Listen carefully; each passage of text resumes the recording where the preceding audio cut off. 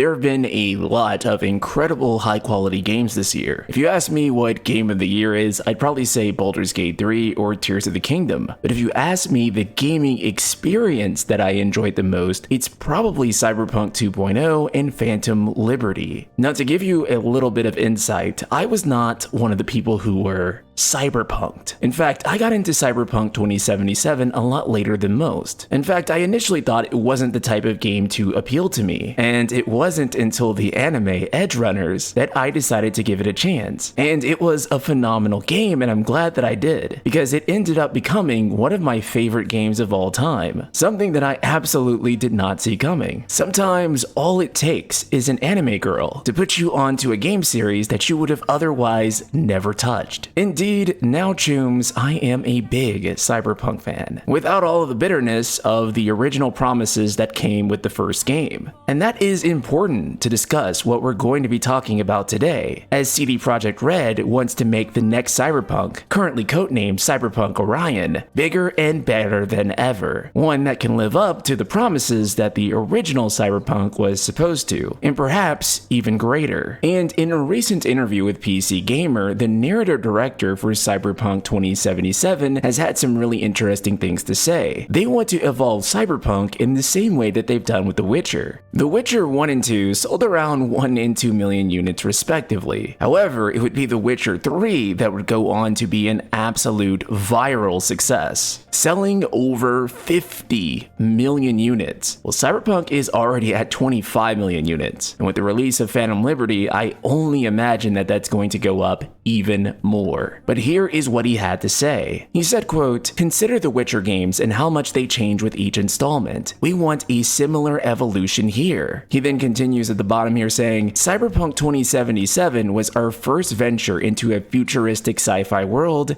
with a ton of new gameplay mechanics, narrative tone, themes, and art direction. Some of the stuff worked almost right out of the box, such as the art, city design, music, interactive scene design, playstyles. Now, with all the game systems iterated and working well, we'll focus on connecting them even tighter and creating a coherent, total immersion experience." Now, Cyberpunk Orion, the successor to Cyberpunk 2077, is still in very early development. According to some recent interviews, they haven't even decided if they want to make this game first person or third person yet, or if it's possible to have some style of switching in between. Now, personally, I think it'd be great if you could switch between the first person camera and the third person camera and allow everyone to have their own playstyle. However, I think with most games, there is usually a preferred optimal way to play it. For example, with Bethesda games, you can usually play them in first person or third person, but most people I know will tend to play them in first person. However, at least the option for third person allows you to look at your character.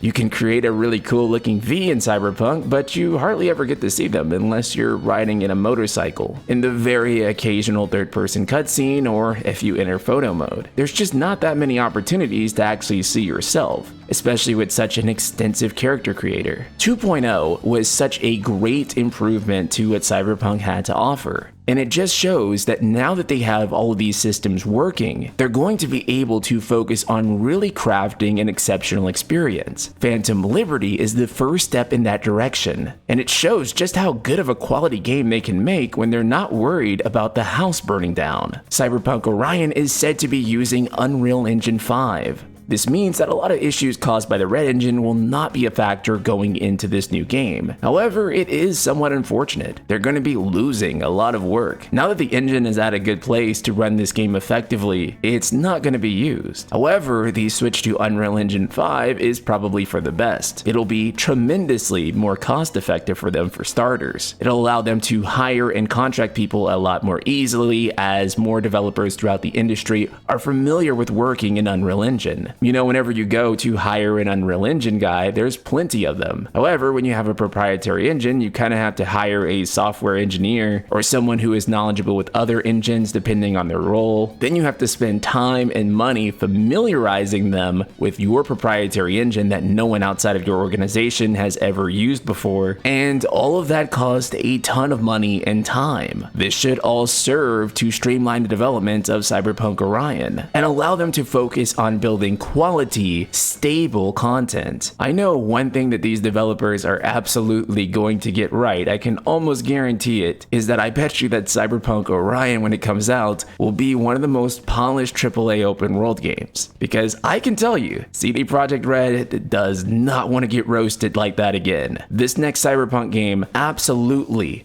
needs to improve CD Projekt Red's reputation again and restore them to what they were before the game's initial disastrous launch. With that all being said, leave me a comment below letting me know what you most want to see in Cyberpunk Orion, and I'll see you all in the next video.